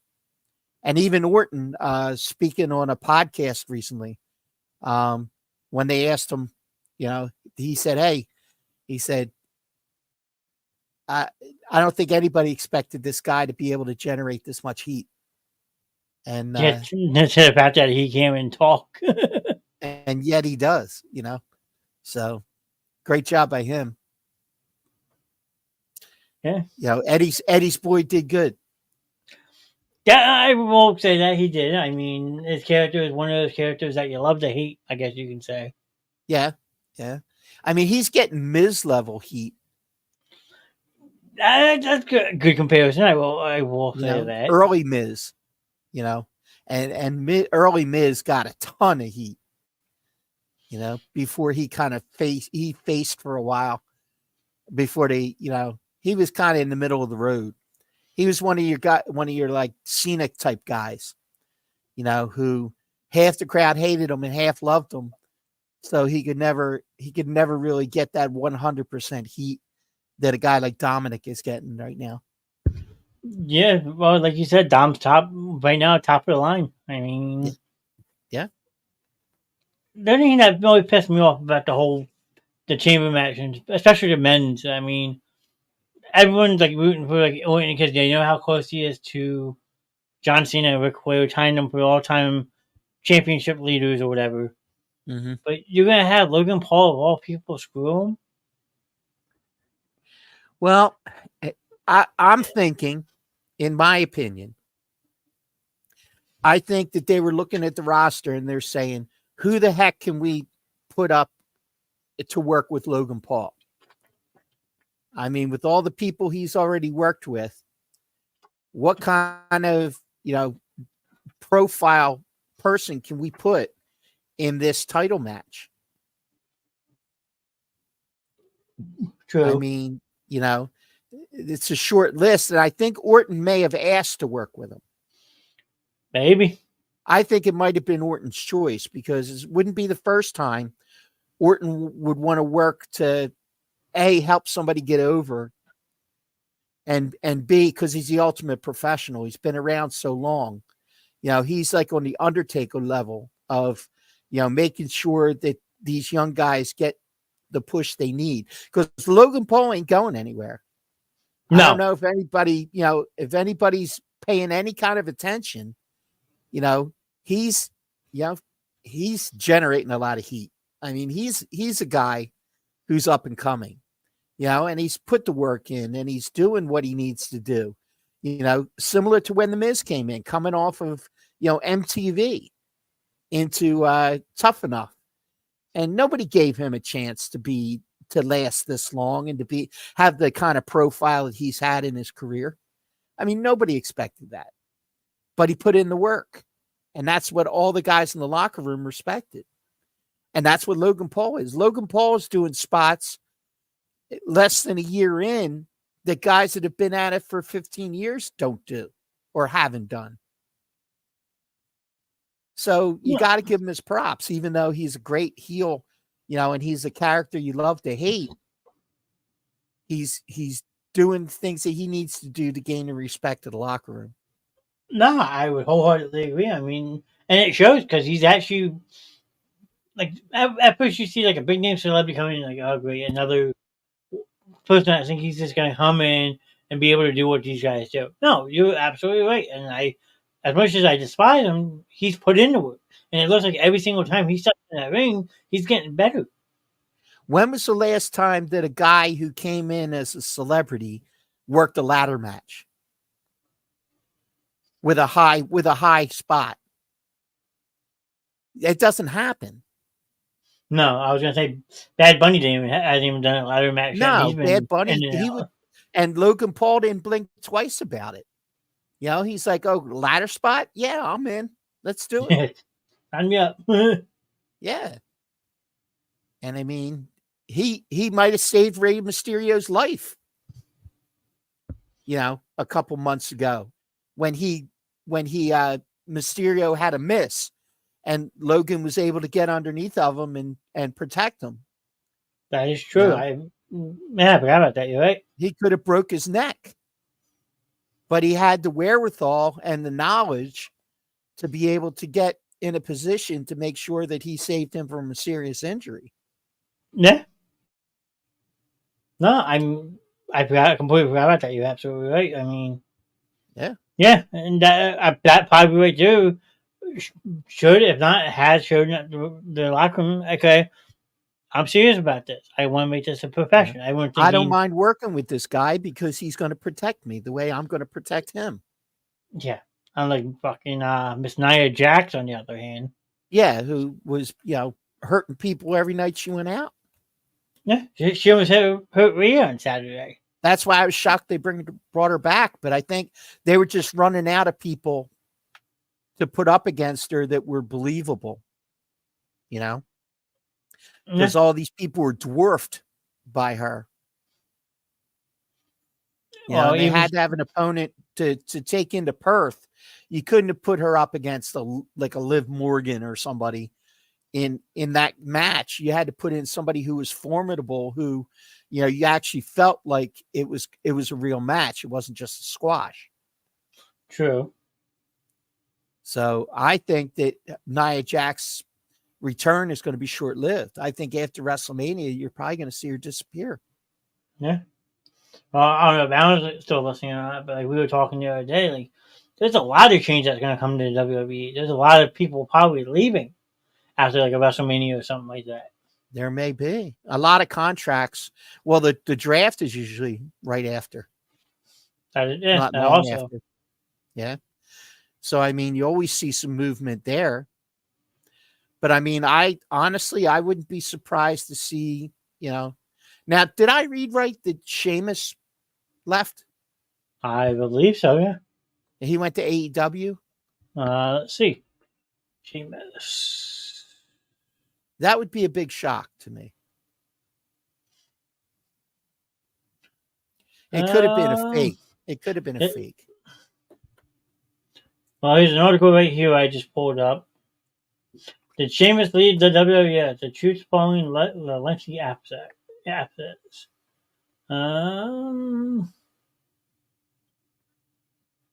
Nope, Sheamus is still with WWE. He is currently on a hiatus because of a shoulder injury he suffered during the match. His contract is set to expire in 2024, around WrestleMania 40 next year. So yeah, his contract's up again come WrestleMania time. WrestleMania, yep.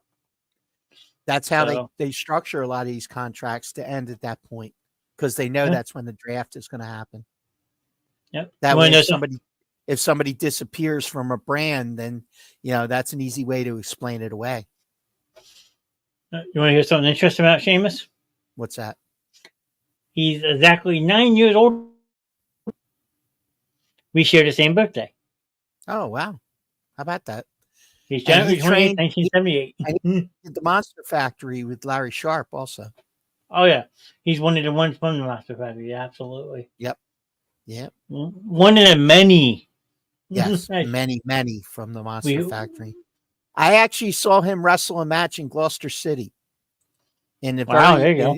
The very beginning, it was a Gloucester day, and they had a ring set up, and they had some matches, and I saw him wrestle, and he had, he was all pasty white and the red hair and everything, and when he got on the mic, I was sitting there and I was talking to somebody who I was standing right there with, and I said, man, this guy's rough. I said, that's probably the worst Irish accent I ever heard.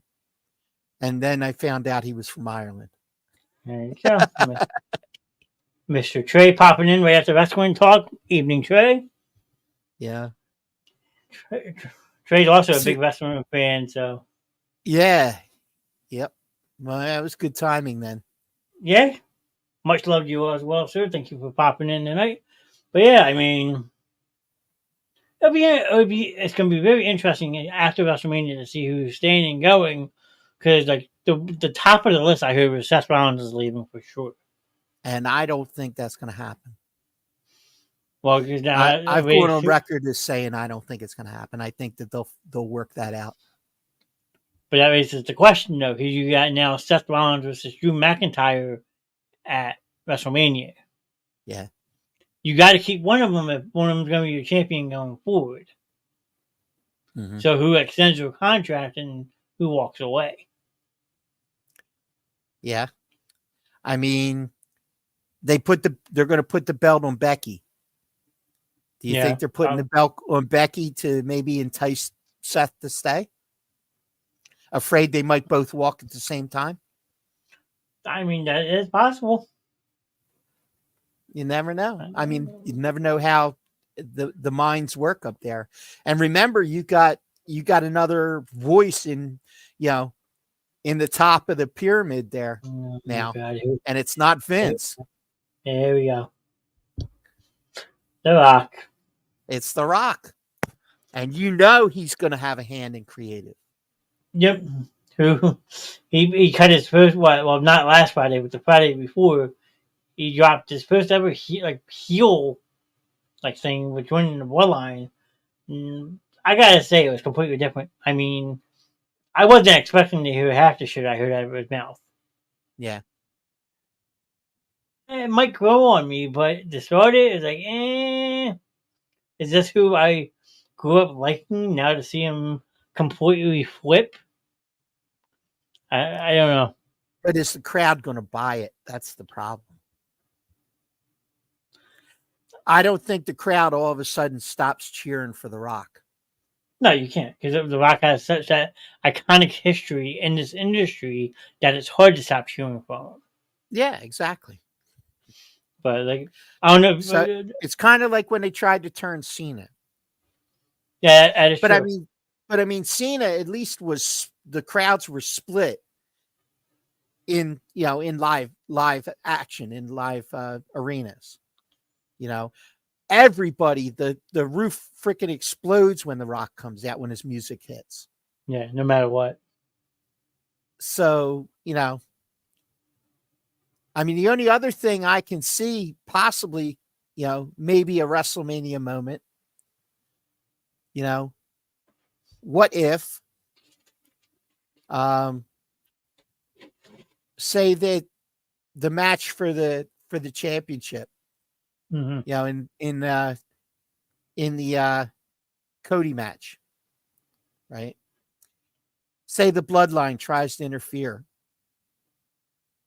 So, one comes in, they get knocked out, somebody runs down and saves, then another one runs out and then somebody comes out and saves. And then The Rock gets in there and all of a sudden you hear the breaking glass. Bring Austin out and have Austin and The Rock in the middle of the ring as Cody is pinning Roman. I mean, that would be definitely a what the fuck moment. Especially being in Philly in WrestleMania 15 back in the day in Philly with those two headlines. Exactly. And Ron, Austin will be there for the Hall of Fame, which is on Friday. Yeah. You might be on to something, sir. I might be. You might be on to something, sir. I mean, I can't say the roof would go off the place because the link's open air stadium. Yeah, there's no roof, but the roof might blow off the place next door. Yeah, I mean, shit. Gotta think about that one. Yeah, that would be off the charts for me. I submit it now. So Triple H, if you're watching, I know you tune into Sports Roundup every now and then. Yeah, but just make sure you give me credit for my idea. Yeah, because recently I saw an article saying that Stone Cold would be open to making a return. Yep. So do you possibly maybe set up a Rock Austin match down the road? I mean, you could kind of have this WrestleMania moment and then just kind of have it be a war of words for a while. And then maybe like a SummerSlam, that's like a SummerSlam level match, Yeah. This article I just found, he on a potential dream match with CM Punk. Yeah. Stone Cold was the CM Punk. That could be actually interesting too. Yeah. That would be interesting if they were able to get that together. And then see how Punk's rehab goes. Yeah, and going back to your SummerSlam comment real quick, there's actually no SummerSlam this year. What? It's Bash in Berlin. What? I'm not even lying to you. I'm going to read it to you out loud real quick. Hold on. Because all the pay-per-views are now really, really screwy for the rest of the year. So you have WrestleMania 40, right? Yeah. Which is next. Then in May, Backlash is going to France. So there's another early afternoon pay-per-view. Money in the Bank is going to Canada. Oh, hey, Canada. And then August 31st, which normally right around SummerSlam time, right? Bash in Berlin, Germany. Jeez. There is no SummerSlam on the calendar this year. Sami Zayn gets the briefcase in Canada. Hey, you never know. I mean, considering Damian Priest still has last year's briefcase. Yeah. So now, do they make that a WrestleMania moment? Does he finally cash in at WrestleMania? Yeah, good question. Because you figure if Money in the Bank's coming up in, what's that? I said July, right? Yeah. Yeah, July 6th is Money Something's in the got to Bank. happen between April and July. Yeah, why not make it the biggest match of all? Have him cash in on Seth at WrestleMania 40. Then you Yeah. screw over both McIntyre and Seth Rollins. They both leave, and now you have your champion. Yeah, but I don't know how long you can keep Priest as the champion, though. I mean, he's okay. I mean, he's kind of underwhelming to me as somebody who's going to carry anything long term. Oh, he's held that briefcase now almost 10 months. Well, but I mean, everything he does is always, mostly tag matches. True. I mean, he hasn't done a lot of singles matches. Yeah, I mean, you're not wrong. I mean, he does one every now and then, but I mean, you would think that a guy that they're going to put in that every night position, who's going to be a fighting champion, that you would have to have him out there working on his singles game. Yeah. Unless that's your way to break up the Judgment Day, have him basically win the title and leave Judgment Day, go out on his own. Yeah. And then you set up a Damian Priest Finn Balor match. Yeah. Okay. I could see that. I mean, there's a lot of different avenues you can take. Yeah. Yeah. And that's usually the discussions that are happening this time of year. When you're trying to anticipate what's going to happen at WrestleMania. Yeah, I guess you wait and see, though, because now apparently, I missed it last night, but Paul Heyman showed up to Raw and basically issued a challenge for The Rock for Cody Rhodes. Yeah. Yep. So, I mean, pretty much. To see where that plays out between now and April 6th or 7th is going to be quite interesting, too. Yeah. Yep. You said you're going to night 2, right? Sunday, yeah. Yep. So you probably have the Roman Cody match as your main event. That's what I'm thinking. And then put the other championship match on Saturday night. Yeah. Yep. I mean, I don't think the women's match is high profile enough to headline night 1. no, they'll have McIntyre's Rollins recap highlight week night 1. You would think, but just like the whole build up to WrestleMania, I'm actually kind of disappointed now because I did some research. Because before they had WrestleMania Access, the whole week before WrestleMania at the Pennsylvania Convention Center or whoever the host city was. Right. Now it's called WWE World at WrestleMania, and it only runs from Thursday to Sunday before WrestleMania and so forth. And before, I think it used to be $20 or something. You could get in for the day, walk around, see different things. Like some low-level talent would be there. You could make your own ring intro and stuff like that. Yeah. This year for a single day pass, $65. Mm-hmm. Wow. Are you kidding me?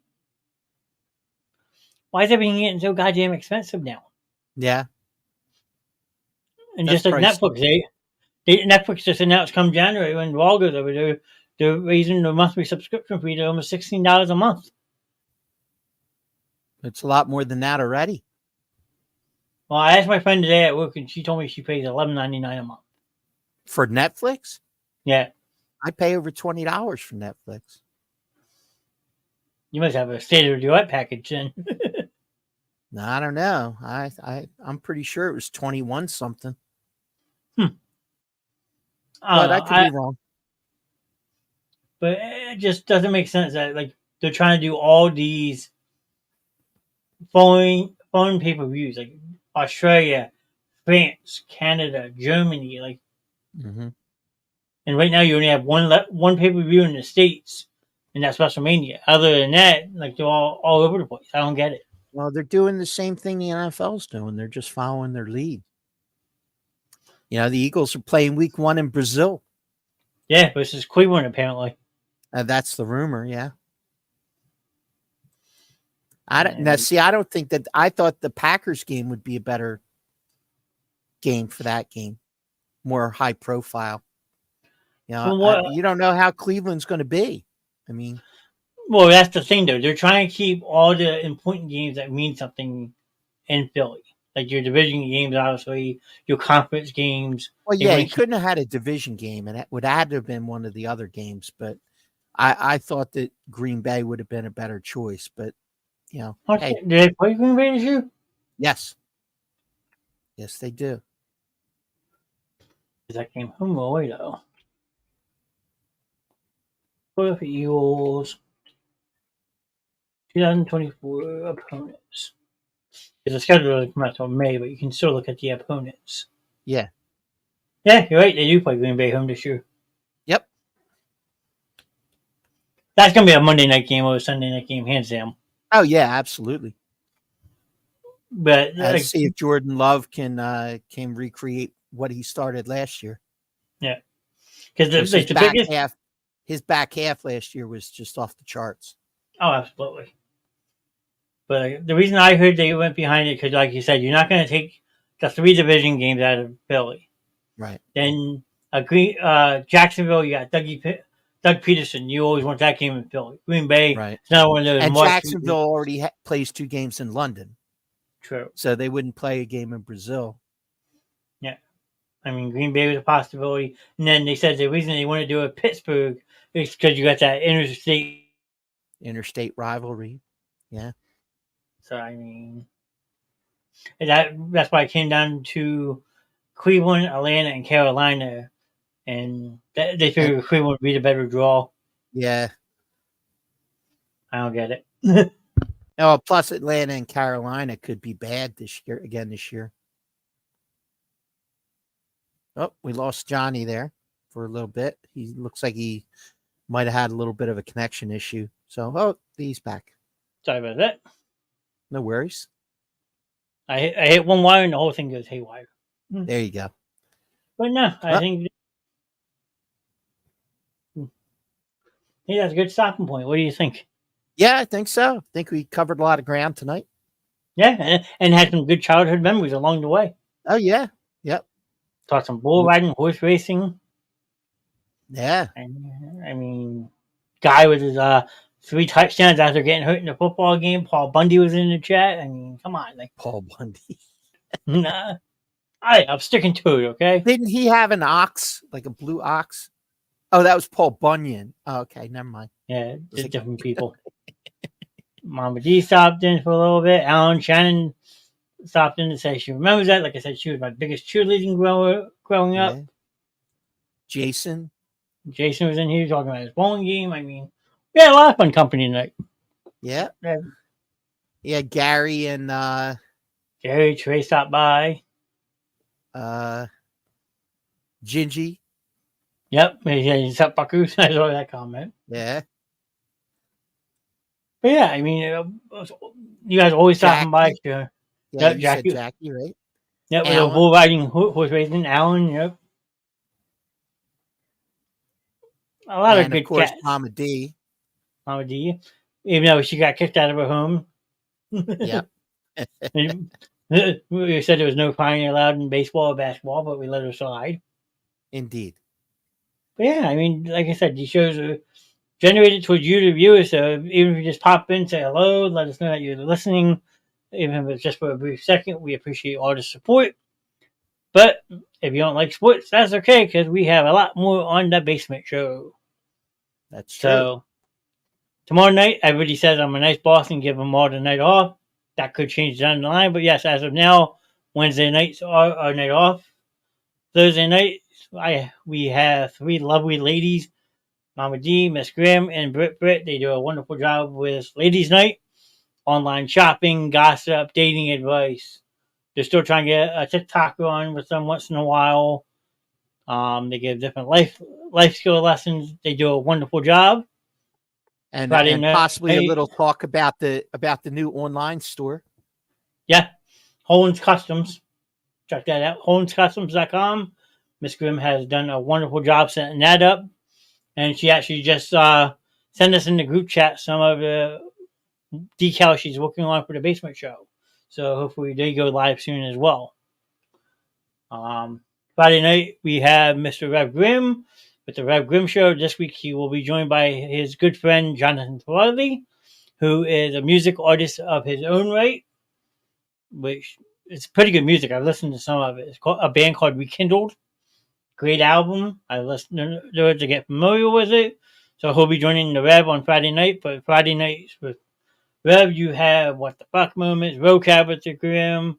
He's finally done his corny pickup lines. I gotta get him more. So you never know what to expect. You never Friday know nights. what's going to happen on Friday. Yep, but it is a mature audience show only. We will say that out loud. Yes. Saturday night, you have Heartless and Gingy. Gingy was in our chat a little bit ago with Drago and Tink's Neverland. It is our gaming discussion / video game playing show here on the Basement Show. We have dedicated it to the real life Drago and Tink, who unfortunately we lost back in May. We keep their spirit alive with us every single day. We miss them. So Saturday night is a show dedicated in their honor. Sunday night is everybody's day off, no matter what. Yeah, I even sometimes take a day off to do nothing show related on Sunday, unless it's scheduling shows, which takes 2 seconds to do. And then Monday nights, you have Mr. Ron and his good counterpart, Mr. Dave Clayton, with Real Talk. Last night, they talked about the best and worst film franchises, some of the reboots that were made. It's a wonderful, informative discussion. Next Monday, they will be doing 6 Seconds to Kevin Bacon. So, Ron, if you want to explain that real quick, feel free. Yep. Well, it's based on a power game that a lot of people have played before.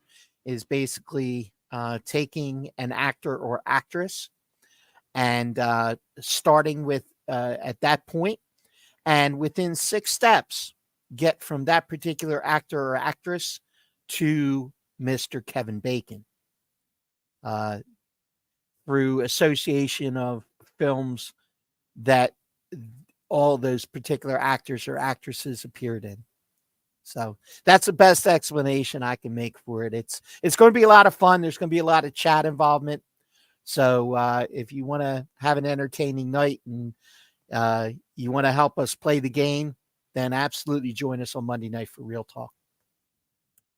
Monday, March 4th. So that will kick off our week starting next week. And then next Tuesday brings us back to here. I mean, we'll be back for another sports roundup, more in-depth baseball news. We'll see where the Flyers are standing at that point. See if the Sixers have rebounded at all.